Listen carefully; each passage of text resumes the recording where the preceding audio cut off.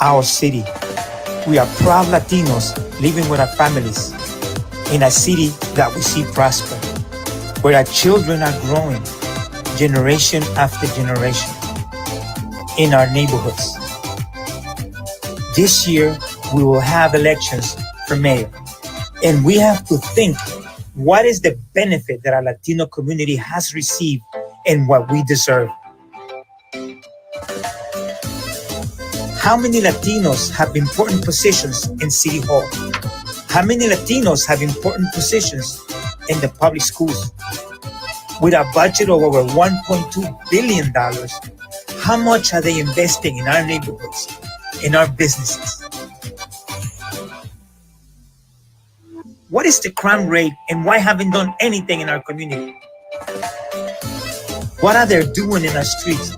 How are they servicing our city? It is time to think and look at what has the mayor done for us before we vote for him. Let's look at the candidates and let's pay attention to what they're going to do for our Latino community. Educate yourself. Prepare yourself before you vote. We are here to provide information. We are here to empower you with information.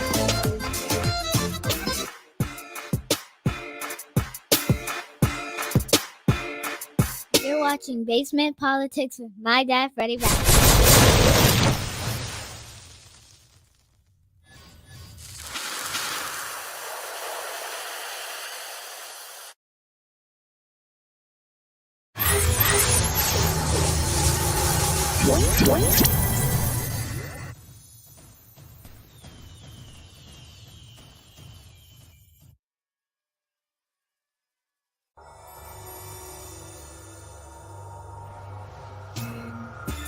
Good evening, folks. I'm Freddie Vasquez. This is Basement Politics Unfiltered. Again, that video was brought to you by Fernando Fuentes, former Yonkers City Council member. I think he was the first Latino council member. Speaking to the Latinos there in regards to the upcoming mayoral election. So to the Latinos out there, if you heard it, what do you think? If you didn't hear it, go back and watch it. He's speaking primarily to the Latino community, asking questions such as how many Latinos are working within, I guess, the administration. How many Latinos are at the heads of different departments. Also, what has happened? How have Latinos prospered in the past 12 years under this administration? I just saw that today, and I just wanted to share. I really don't have much of an opinion on it. I'll let people share or watch it. If they have opinions, we'll talk about it. But tonight, I want to talk about a few things, but affordable housing. And I wanted to talk about this because, once again, people approach me and, throughout the community and stuff, and they give me their, ideas. They give me their thoughts, on politics, on the city. Or they give me their concerns, their complaints, what's going wrong. And one of the things that I've been hearing, it's very unfortunate, but it's been from Black residents, is in regards to housing and how it's becoming difficult for Black residents to find housing or to be accepted into one of the affordable housing or low-income housing developments that are here in the city of Yonkers.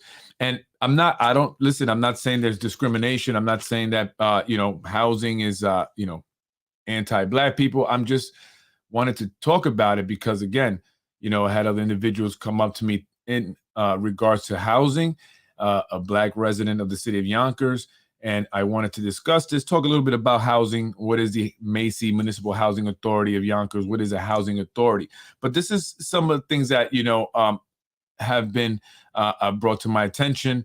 The Black residents are saying it's hard for them. They feel like they're being discriminated against. And they're even saying that Hispanics are having better luck, right? They're actually not blaming white people as much as they're actually saying, and this is what I'm hearing, and I hope this is not true, my Latinos, but they're saying many of the affordable housing buildings, The management is Latino. They're specifically Dominican. I'm just telling you what people are telling me, but we want to resolve this, right? So we put it out there, and that they're favoring other Hispanics, other Latinos, specifically Dominicans. And something else that I've heard from several people, and I know this is true because I know people that have actually done this, people within these affordable housing, the management, the people that take the applications are actually, telling people if they will pay them, and I'm hearing anywhere between $500 and $800 that they will, get them an apartment, secure them an apartment. And why are people willing to pay this much for an apartment, right? Let's talk about affordable housing. What is affordable housing? Municipal housing here in the city of Yonkers, MHACY, Municipal Housing Authority.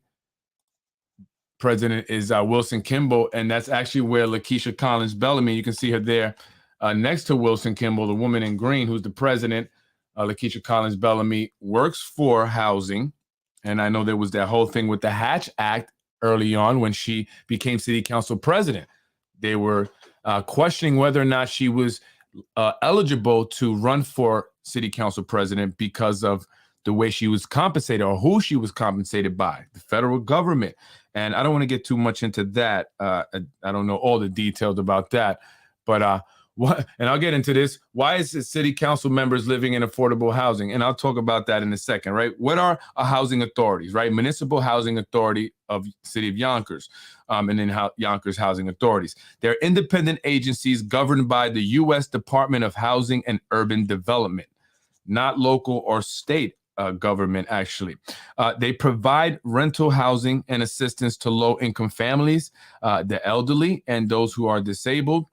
HUD, again, the Housing and Urban Development, places certain guidelines on their operations, right? So they place certain guidelines on MHACY's and how they operate. And again, this is why people were questioning whether or not Lakeisha Collins Bellamy was eligible to become the city council president, right? They place certain guidelines on their operations. In practice, the authorities are independently run with their own boards, managers, and somewhat differing rules and guidelines. The day-to-day operations are overseen by a CEO. In this case, that would be Wilson Kimball. She's the president and CEO of Municipal Housing. Wilson Kimball is also the chair of the Zoning Board of Appeal. Her husband, James Kavanaugh, is the president of the Yonkers Industrial Development Agency, just to give you a little bit of backstory there.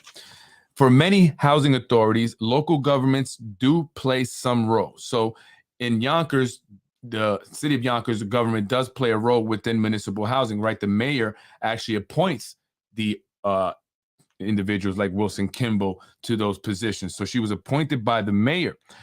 So that's how the role that they play. And again, they play some role in oversight through board appointments. The mayor makes those appointments. Who oversees Section 8, right? And Section 8 are the vouchers that individuals who are needing a rental assistance receive, right? If they're making under a certain amount, their income's under a certain amount, they'll get a Section 8 voucher, which will be a supplement. So it's not completely free. Individuals do work. And I just want to be very clear with that because they do stereotype, right? And we're going to talk about stereotypes in a little bit after this with Janai Wallace and some comments and Ron Mattin. But, let's not stereotype. Times are hard. You have automation, AI taking the jobs. Jobs are, being eliminated, right? Even here in Yonkers, the developers are not hiring local, right? So people need assistance. People need help. Hard economic times. So let's not, judge.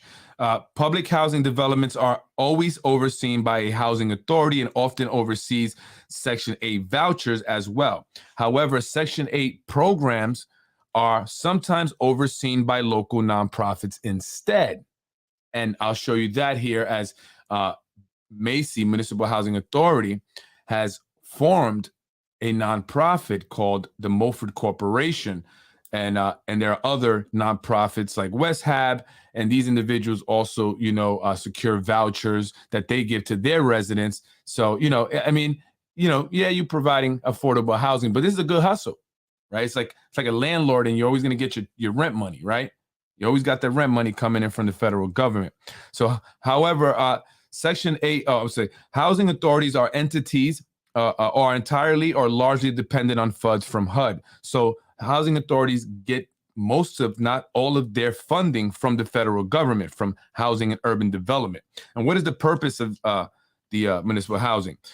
They provide rental housing, as stated, and rental assistance programs to low-income families, the elderly who are on fixed incomes or may not be receiving much, or disabled, right? So they're the first place people go to when they want to find out about what housing assistance programs are available in the city. So if you're in need of some housing assistance, right, and you're working, but you just can't quite, afford a lot of these rents that we're seeing here as the rents are going up, these luxury developments, many will say they're improving the Southwest side. I mean, there's an argument, a debate that can be made there. But one thing is for sure, they're causing the cost of living, the rents, to go up in that area, and because people are just taking advantage of the luxury developments that are coming in, right? And so you got investors, smaller investors, buying up the properties around these developments, and they are renovating them. And what they're doing, they're slick, right? So if they are rent-controlled apartments, as long as you can get the tenants out and you do renovations of at least 80% or more, you can actually get out of the rent-controlled, designation that the property will be in, right? But only if you got a lot of money and only if you know how to get your tenants out. Sometimes that could be a fire. Sometimes that could be fake building department records or orders of evacuation, whatever. Well, I've seen those, right? So think about why maybe we might be seeing more fires.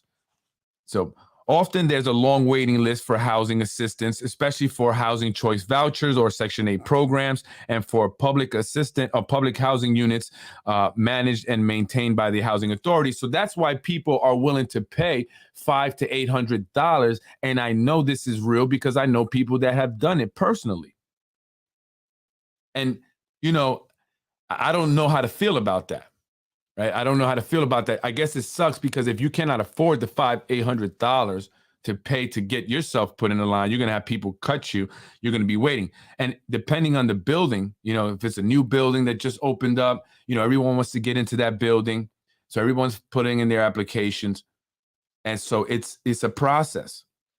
It's definitely a process. So people are willing to pay. And some of these managers that are working in the building are willing to do this.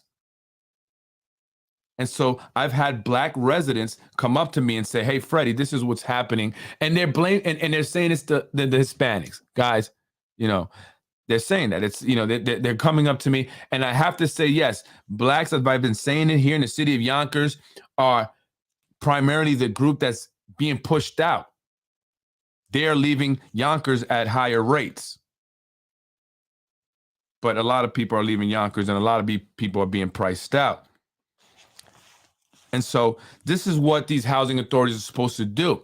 They're supposed to provide affordable housing options for people.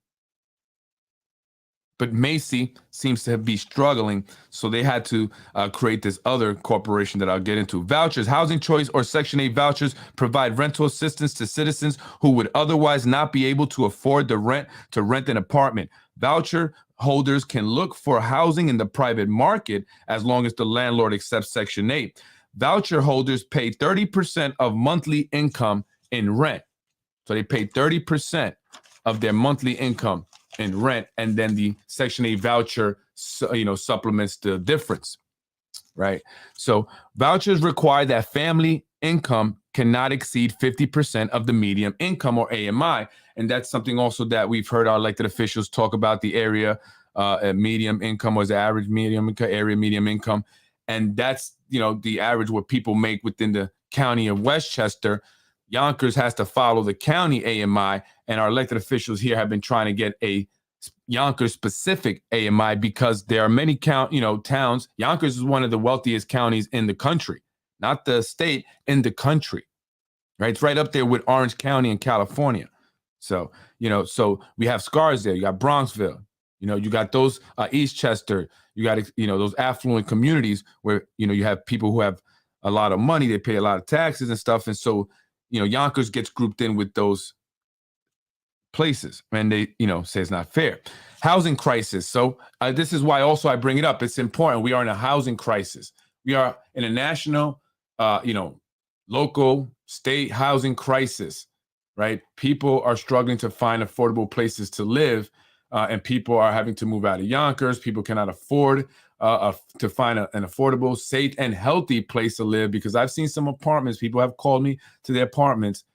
I mean, unbelievable how people are living. So, there's a housing crisis currently facing, here in the city of Yonkers, we're facing it. To help alleviate the affordable housing shortage, and I want to go back a little bit, folks, do a little history with me, right? Let's go back to 2021. To help alleviate the affordable housing shortage, Mike Cater, former city council president and a member of the Jordanian community, a community with a higher rate of success and an average household income larger than that of blacks here in Yonkers, a community of business owners and homeowners and real estate investors, right, put forward or put forth the first draft of the new affordable housing ordinance that increased it to 20% from where it's currently at now, at 10%, where it's always been. He was the one that put forth the first draft. Shanae Williams, city council representative from District 1, made some amendments or added some things or did some edits, and she was the one that introduced it. This is from what I was, Mike Cater, he believed that Shanae Williams introducing it would have had more success with the ordinance, right? She was going to have more success in getting this passed because we need to increase the housing ordinance. There's a lot of developments going up, and we want to make sure that we can increase it so those developers will now have to put more units or set more units aside for those who meet the requirements for affordable housing. That's what Mike Cater wanted. So Shanae Williams attached herself to it. She made some changes. Tasha Diaz attached herself to it. She supported it. And it's very important. And there's a reason why I talked about Mike Cater being from the Jordanian community and how well they do, right? It's very important. Shanae, like I said, added Tasha Diaz, also supported it, right? However, it failed to get passed as the city council failed to override the mayor's veto. So the mayor vetoed it after the city council passed it initially. The mayor vetoed it. The city council then failed to override his veto. Tasha Diaz flip-flop, right? That's the famous Tasha Diaz flip-flop. So fast forward to 2023, there is a black female, highly educated woman sitting as Yonkers City Council president after defeating Mike Cater. She grew up in public housing, living in the Cottage Park apartments located on the west side, a place riddled with crime and drugs, a place where you would find mostly Hispanic and blacks. Unlike the Arabic community that I mentioned, Hispanics and blacks have largely remained impoverished here in the city. Today, most low-income and affordable housing, particularly in the west side, are largely occupied by blacks and Hispanics. In fact, Tasha Diaz, the councilwoman from District 3, somehow still lives in an affordable housing apartment building. And I say somehow, I feel like she's making a lot of more money than she should qualify for. I'm trying to give you props. The city council knew that Cater was going to push forth for this ordinance, right? And so this is why they went and got Lakeisha Collins Bellamy. She was working at municipal housing.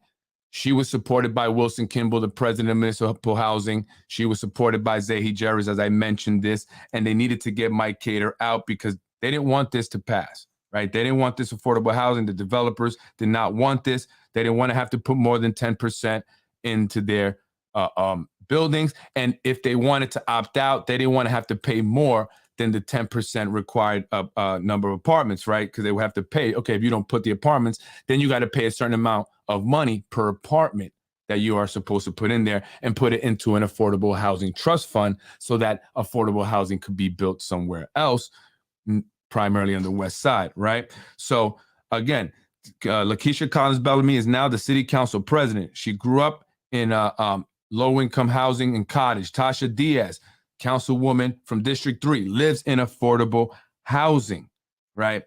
There are 4 black women on the city council.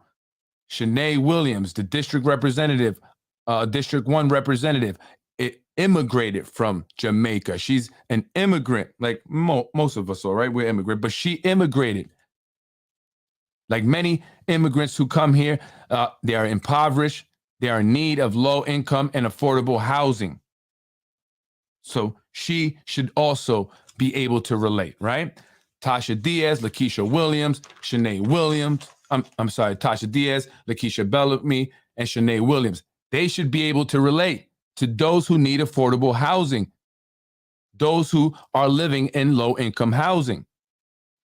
Corazon Pineda Isaac, a Dominican American whose family also comes from humble beginnings, and it knows what it's like for, the majority of residents who need affordable housing. She should be able to relate.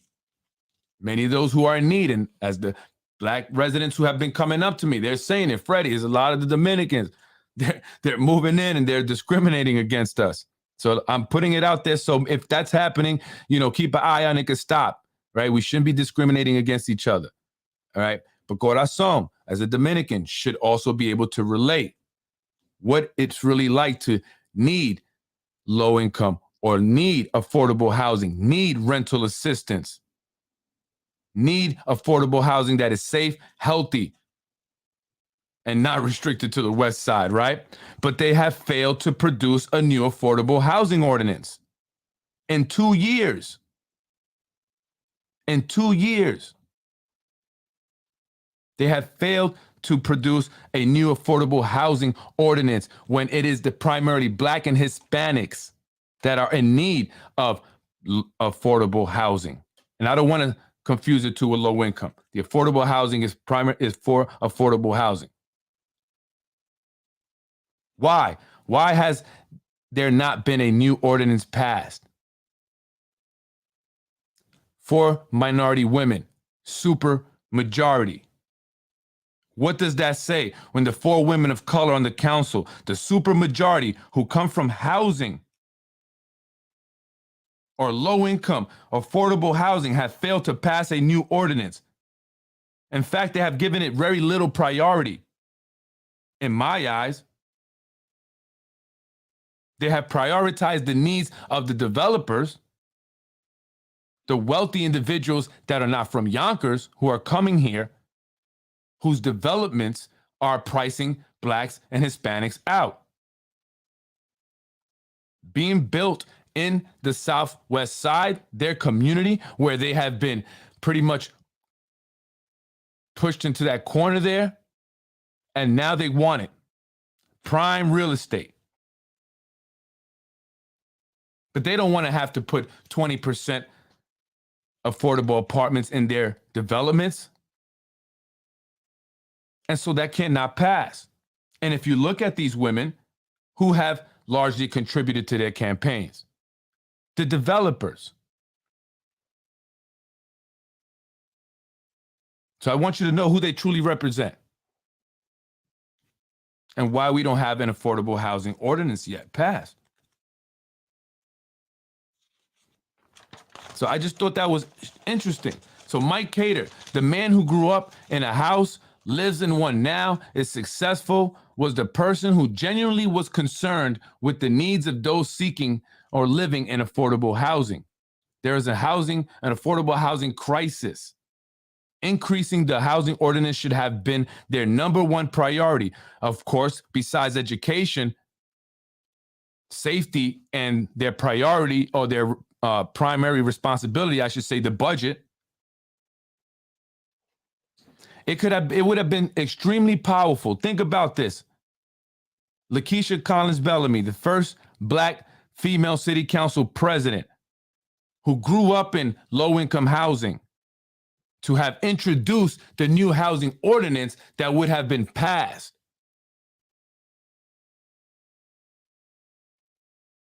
Instead, she introduced the term extension. Why didn't Rubo do it? Or why didn't Mike Breen do it? Your primary legislation should have been that housing ordinance. The one that your, predecessors, your opponent, the one you defeated, I guess could not get passed. However, we have no new housing ordinance, right? Nothing from the 4 minority women who have lived in, grew up in, have experienced with affordable and low-income housing. But that's not their concern. It's not their concern. And it's just show you folks, and it says a lot. And I want to talk about this because we have these elections coming up. You have to know who the person that you are voting for truly is, especially if they are the incumbent. They have a track record. So it's easy to see who they are and see whether or not you want to vote for them. This is an article from 2021. Yonkers affordable housing ordinance killed as city council lets mayor's veto stand. The Yonkers City Council turned down the chance Tuesday to overturn Mayor Mike Spano's veto of an affordable housing ordinance the council passed in June. So they passed it. It was, look, June, 2 years ago. The ordinance would have doubled the percentage of affordable housing units required in residential developments with 100 or more units to 20%. 3 months ago, we had a supermajority that supported this very important legislation that affects every Yonkers resident, Council President Mike Cater said. Yesterday, the will, the desire to continue fighting for Yonkers residents wasn't there by the same people that supported it. Makes you wonder what happened. Oh, you can't be talking like that, Mike. You got to go. You got to go. And so, boom, the plan was hatched. And they attacked him and his family. Same way they doing me. Same exact way. They don't change their motive of operandus, was it? Is that you say it, M.O.? So who was it that flip-flopped? Well, Tasha Diaz, right? Why didn't they just stay the course? Why did they change their mind? Statements from Yonkers City Council Majority Leader. Throwback Thursday, by the way. This is Throwback Thursday. Statements from Yonkers City Council Majority Leader Tasha Diaz, District 3. For the past 12 months, I have been harassed by so-called activists and community leaders. I love the way she speaks about people. When in reality, they are anarchists. They are anarchists, to define that, and extortionists. It is clear that these people have targeted me, a woman of color, instead of my white male counterparts on the council in hopes of bullying me into voting on the council for their agenda. However, I will not allow any veiled threat or intimidation tactics to affect my representation of the people. I have faced badgering and harassment at community events. I have been assaulted. I have food distributions to the less fortunate. And again, that was not me. I was not there. It's not me. She's not talking about me. These individuals have attempted to extort me into voting their way on key issues before the council by threatening me with a primary and continued harassment. How is that extorting you? By saying, hey, if you're not going to represent the people, your constituents, if you're not going to represent their needs, then we're going to find someone who will to run against you. How's that extortion? This is woe is me. I'm the victim here when you're the one that lied to the people, Tasha. You told the people you were for it. And now you're so against it that, you don't, people badgering you and all this. Oh, I can't take it. This is nonsense.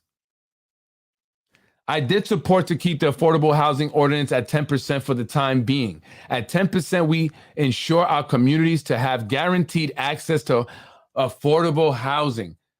Like, does she know what she's saying there?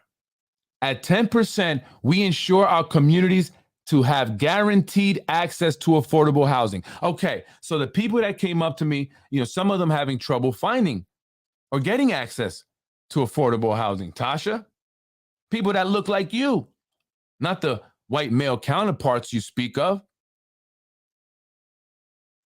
You can't guarantee anything, Tasha. And that's a lie. There's no guarantee.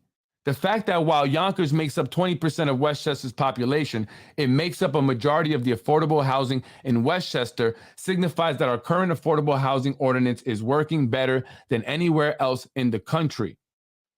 Well, we're also the third largest city in the state of New York.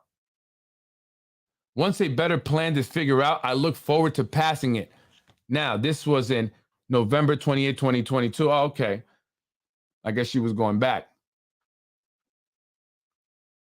Once a better plan figure. I did vote to extend term limits for the office of mayor and city council. The consensus is Yonkers is moving in the right direction. Therefore, I want to put the rights solely in the residents of this city, whether or not their elected officials should continue to represent them. I represent the voices of the people in this city today, not the ones 21 years ago that voted yes to a referendum.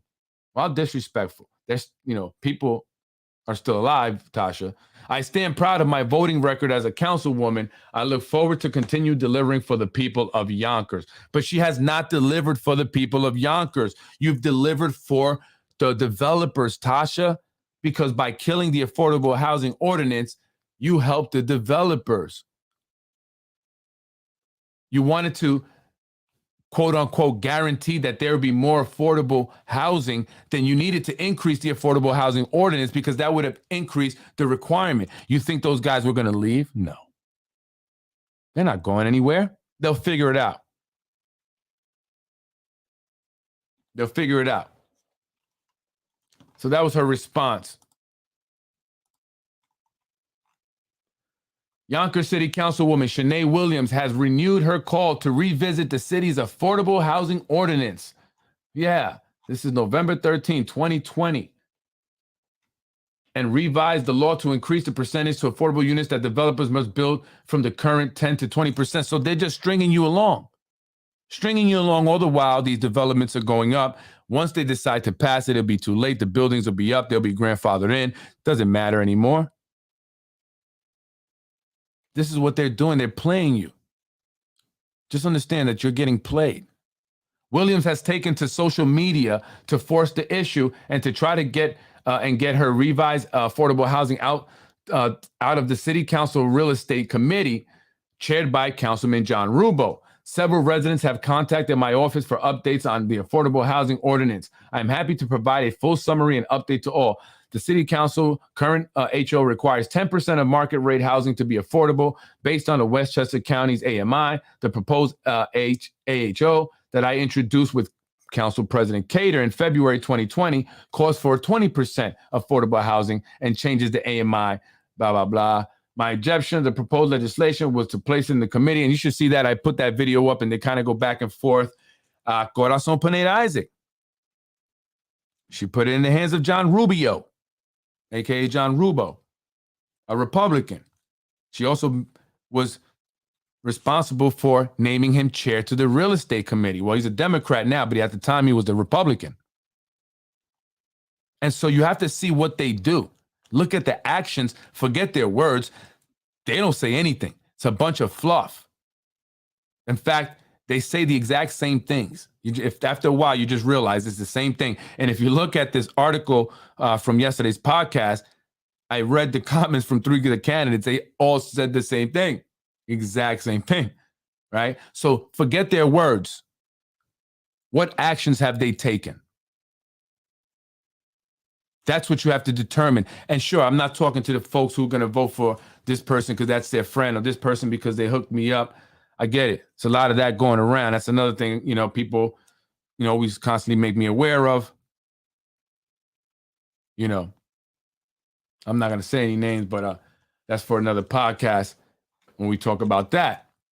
So the Mulford Affordable Housing Development, the Mulford Corporation is a nonprofit corporation that was formed to develop, manage, and facilitate affordable housing in Yonkers. Since its establishment, Mulford has either developed or co-developed over 2,200 units of low-income housing and has actively participated in the operation of over 19 low-income properties.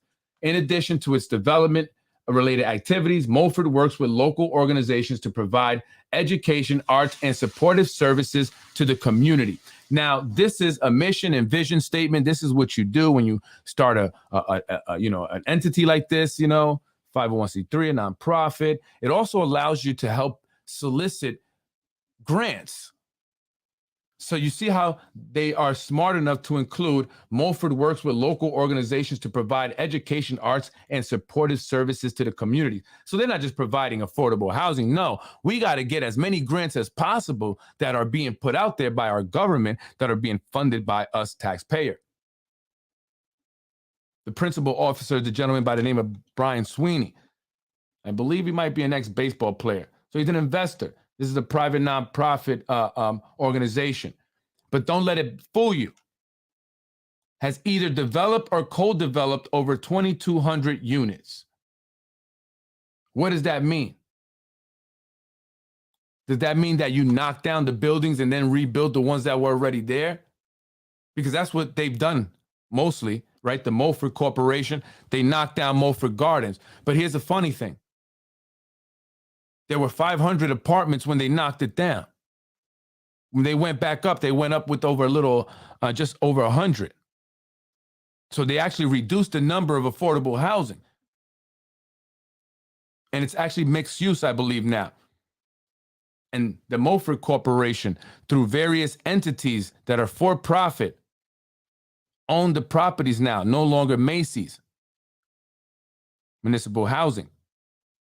Through their for-profit management company that the members of the Mulford Corporation own, they manage these properties, which is a way to generate funds. I mean, I guess they could be doing something nice, but ultimately you're funneling federal money into your pockets. And you're not really providing more affordable housing, because another project they did was the cottage garden park apartments cottage over there where Lakeisha Collins Bellamy grew up. They knocked them down and they rebuild them. And they haven't knocked all of them down. Some of them are still there boarded up. So that's empty apartments where people once lived. They have rebuilt some, but not all. And so again, the number of affordable or low-income housing has been reduced. And sure, they may have developed or co-developed over 2,200 units.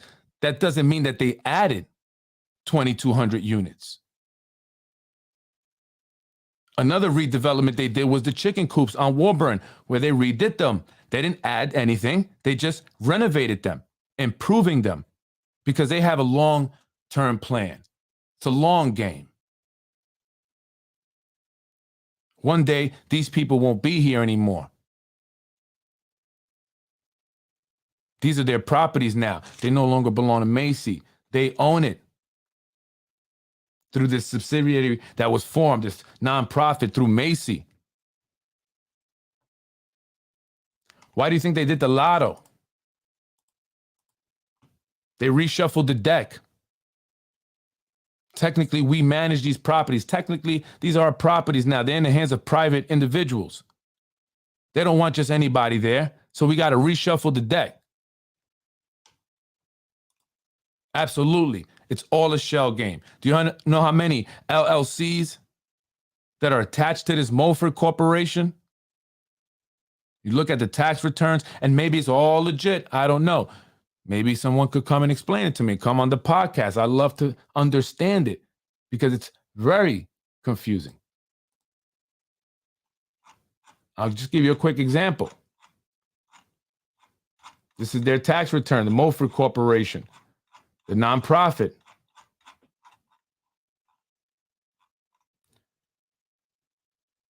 This organization has a management agreement for certain administrative and consulting services with the Fresno Group. The Fresno Group shall provide financial, administrative, and program and development management services to assist the organization in the implementation and management of its rental assistance programs. The voucher, Section 8. There are no individuals reported in this part, blah, blah, blah, compensated. So here, election pursuant to Internal Revenue Code section to be treated as a taxable entity. Reference is made to 7 Townhomes LP, a New York limited partnership known as the Partnership, of which MHACY Townhomes GP LLC, a New York limited liability company, that's not a nonprofit, that's an LLC, is known as the general partner, is the general partner, and Wincopin Circle LLP, a Maryland limited liability partnership, the limited partner, the Mulford Corporation, a New York nonprofit corporation. The exempt organization owns 100% of the issued and outstanding shares of the general partner. General partner being Townhomes GP LLC. We are the accountants for the exempt organizations. Let's be very clear. You go down to line over here. Same thing. You have Yonkers Preservation Managers, LLC, and the partnership, which MHACY Townhome GP, LLC, the Mulford Corporation. Again, it's a bunch of different entities. Troy Christensen, Circle. What does that mean? Maybe someone can help explain. What are all these different entities? So it's just very strange. Shell game, like you said, is it a shell game? Is it a way to, enrich themselves rather than MHACY, Municipal Housing Authority, running the show, managing the apartments, assuring that, no funny business is going on. People aren't getting skipped in the line if they can pay $500 to $800. And I hear that many of these housing that was once owned by municipal housing, because they're no longer owned by municipal housing, but by now private entities with private management companies, that the city guys are not getting work there. So they're reducing the workforce of city employees who would normally have gone in to do the maintenance in these apartments and in these buildings, because now they're getting outside companies, private companies. And who owns these private companies? Right? I mean, these are the buildings here that they're all attached to. And so the guy, Brian Sweeney, who's the principal of the Mulford Corporation, also owns a company, the Fresno, which charges the Mulford Corporation about $400,000 for its consulting services. So he's banging them that way also. International Management, Mulford Yonkers Preservation, LLC. What is that? Maybe somebody can explain it. And then the Fresno Group, their website doesn't work. So I don't know. So I just wanted to talk about this. Are people being, are Black folks being discriminated on by Latinos? That's what they're saying, right? So yeah, so it's just interesting. This Mulford Corporation, MHACY being the Wilson Kimball, being the president of MHACY and also president of this Mulford Corporation. And this guy, Brian Sweeney, being the principal and the secretary. I'm not sure what's going on here. What's that all about? I know James Kavanaugh, he liked the podcast when I first mentioned it. Hey, James, why don't you come on and break it down for me? Break it down, right? Break it down for me. These are the MHACY Board of Commissioners. James Landy, the chair. Lawrence J. Sansone, he's the father of Steve Sansone, the Parks Department Commissioner. Joan Dearlien, I'm sorry if Denise Ezekiel, sorry, excuse me. I'm bad with the names. Diana Brown Temple, thank you for having an easy name. Brenda Moreto Bach. Why does she look familiar? These are the Board of Commissioners. And I want to just show you really quick the president and CEO, Wilson Kimball. Again, I mentioned Wilson Kimball. I know her husband, I heard, was very mad. Wilson, I heard Jim was very mad. He was upset, right? He was pissed off at me. And I'm sure you guys came at me with full force, didn't you? Or not all full force yet. I know. I'm sorry. I am sorry. I'm sorry. I'm still here. I'm still doing a podcast though. That's number one, Wilson.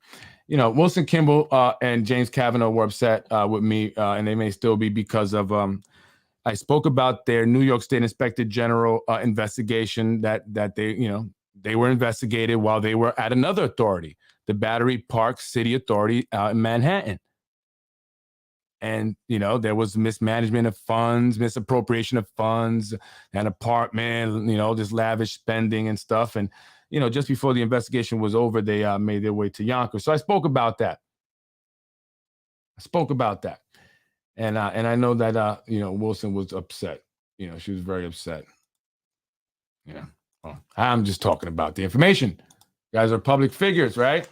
You're in our government or you're in our housing. Anyway, folks, I'm Freddie Vasquez. It's Basement Politics Unfiltered. I'm going to get deep into this Mulford Corporation thing. It might not be the most entertaining or, interesting thing, but it's interesting. I don't know why is it that they had to form a whole nother corporation in order to, to provide affordable housing for people in the city of Yonkers, right? I don't get it. All the women on the city council voted for 20%. The mayor vetoed it, and only Tasha Diaz changed her vote to uphold the veto. Not Corazon, did I miss? No. John Rubo. See, John Rubo was against it, right?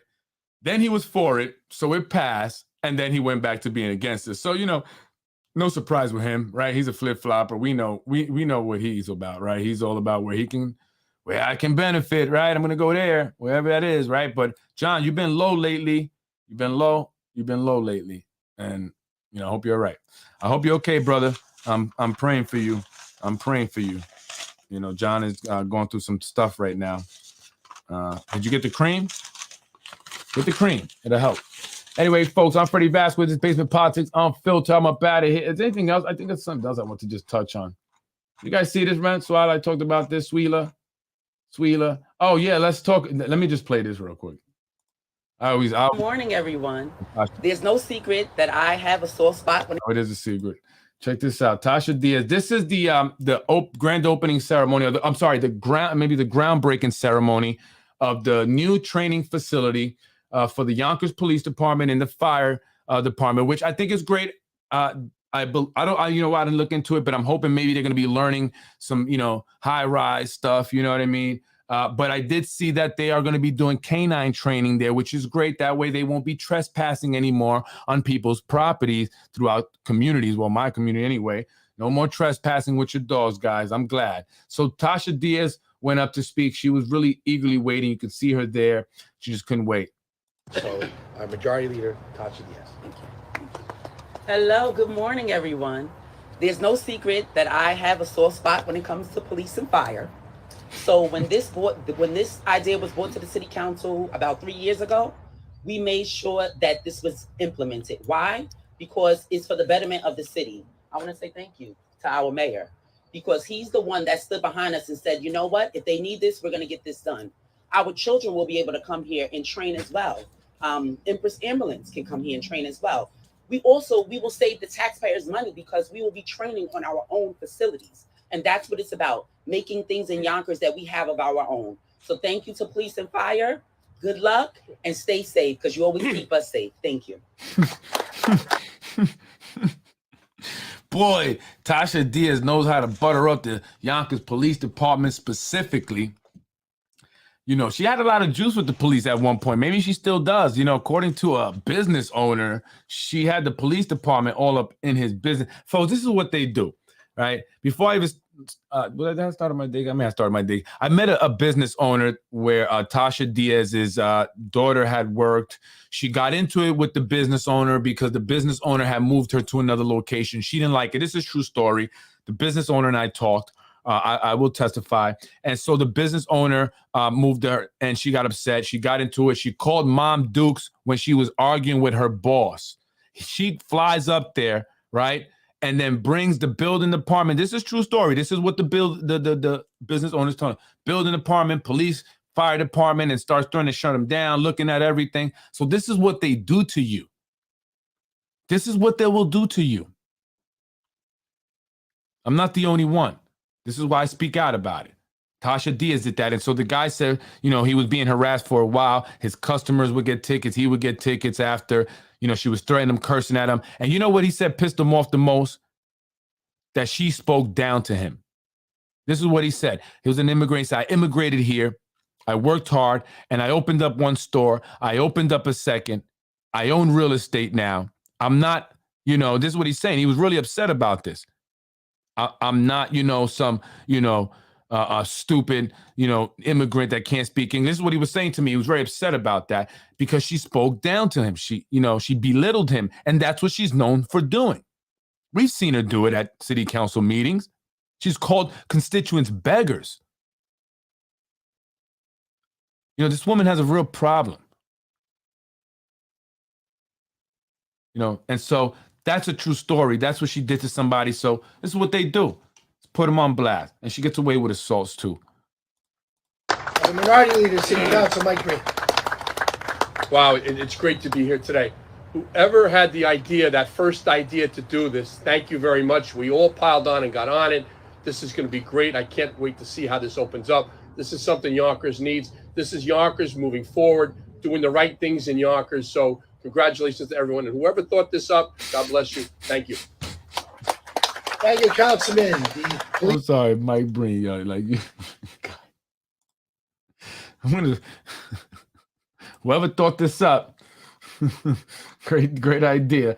Let's check out James Nolan and the county legislators here. Dave Tubiolo, James Nolan. I believe Nolan first up to bat. County legislators represent Yonkers, and just to close us out. Thank you, Mayor. It's great to be here today. It's actually an honor to be here today. I'm happy to say this is being built in District 15. But to see Yonkers Police and Fire come together, the city council, many elected officials from both sides of the aisle, it's a great thing. This is going to help go a long way. Not to get into too many details, I put money forward. There was a certain, let's say, with an agenda to take it out. But if you know me, I'm like a dog with a bone, as my wife says. And this is a bone I'm going to make sure to advocate and fight for this, to get funding to complete this facility, because it's just not going to help the Yonkers Police and the Yonkers Fire. It's not just going to help all rescue workers from across the county. It's going to help the constituents, and that's what matters the most. So once again, I'm happy to be here, and I can't wait for the facility to be built. Thank you. So I guess they don't have all the money yet. He's saying he's going to continue to fight for the money to see that it's finished. You know, he's going to be with a dog with a bone on this. And yeah, I guess it's needed. I mean, you know, I guess it's needed. David Tubiolo's going to be up next. He said, "Hey, Mayor, tag me in." Wait, I think that's on the next one. That Jennifer. Oh, I don't got David. Oh, never mind. I thought I had David. Anyway, folks, I'm Freddie Vasquez. I'm up out of here. Have a beautiful day. Check out Cops with Coffee, or Coffee with Cops on Yonkers over there. Where is this at? McDonald's on South Broadway, June 30th, Friday, between 2 p.m. and 4 p.m. City clerk called me and paid me to say that. I'm just kidding. And to the Latinos, check out this, what is it called, Fernando Fuentes? Check out Fernando Fuentes. He's got this e-newsletter. Look, I'm trying to share Latino stuff, and you guys untag yourselves. You fake Latinos. That's not really run by Latinos, that page. He's got the e-newsletter, Yonkers Latino PAC.com, Yonkers Latino Political Action Club. Check that out. I just got an email about it today, and I just, took a look at it, shared it. I like to share everything, keeping up with the elections here. Let's see what he's going to do. Let's see. We're going to unite the Latinos, Fernando, or what? 85,000 Hispanics in Yonkers. I'm waiting for my Latinos to unite. I'm waiting. Enough of the sellouts. Let's unite. And by the way, Ruros. This is the Ruros. God, why are you and Brian just having conversations about me, yo? And then they go around saying, it's Freddie. Like, I've never had people just sit and have conversations about me. I mean, I don't know how to feel. I don't know. Is it like people just literally having conversations about you, like, and then you're just reading it like, these people are just talking about me wherever the hell they at. They're just, I don't understand this guy. These Brian and Rue, they just love talk. I don't understand. And they make things up. They're saying something about me in the Impact. Check out the Impact barbecue. Is it this Sunday, John? This Sunday at somewhere. I did put it up there. I don't know where it's at. Just check it out. I posted it up, but I'm not involved, and I don't even know where it's at. These guys are idiots. Just know that they're liars. And yo, guys, come on, man. Let's start, blasting their page. How about you? Anytime you see something about me, come on. You support me. You love me. You want me to keep doing basement politics. I put myself out there. People are saying you could be killed here. My life is on the line. Can you at least, when you see them post, do something, say something, defend me, damn it. Defend me. I'm tired of going back and forth with those guys. You know what I mean? They're a bunch of losers. Anyway, folks, I'm Freddie Vasquez. By the way, I reshared the article. Rue, you can make things up about me, which is cool. Go ahead, say those things, but I don't have to say anything. The newspaper article where you pled guilty to kissing and touching. That's verbatim. Verbatim, dude. Come on. Come on. Yeah, child porn. And Alberto gave me that. And you still over there front and taking pictures with him like a dummy. He sold you out, dummy. I would not be cool with him. Even if I wasn't sure, it's Freddie Lund. I bet, you know what, I ain't going to trust this guy. But he did. That's a guaranteed fact, Rue. And you over there chilling with him. He sold you out. I would have never knew about the child porn if it wasn't for Alberto Velasquez, yo. And you still posting stupid things, Rue. You're a dummy, man. You're a dummy. Dummy, yo. Dude sold you out. Dude sold a few people out, by the way. Alberto Velasquez. That's right. Mr. Chancleta, man. I blew your spot, Alberto. I'm putting you on blast. You want to try to make me look bad in front of the mayor, Castle Royale? I'm putting you on blast. He's the one that put Rue Rose, Brian Harrod. He gave me those. These guys got a few police reports for harassment and stalking. Rue Rose. Child porn in his phone. And they gave me these police reports. It came from Alberto Velasquez, yo. 1,000% Brian. Came from Alberto. I don't need to lie to you, idiots. That's a fact. Why would I say him? It's a fact. And about the other individuals, I'm not going to say their names out of respect. But that's the guy. That's the guy. Take care of that. I'm Freddie Vasquez. I'm up out of here. Blew you up, Bonchichetto. Blew you up. You're out now. You're out. You're no longer in the in crowd. Your time is running out.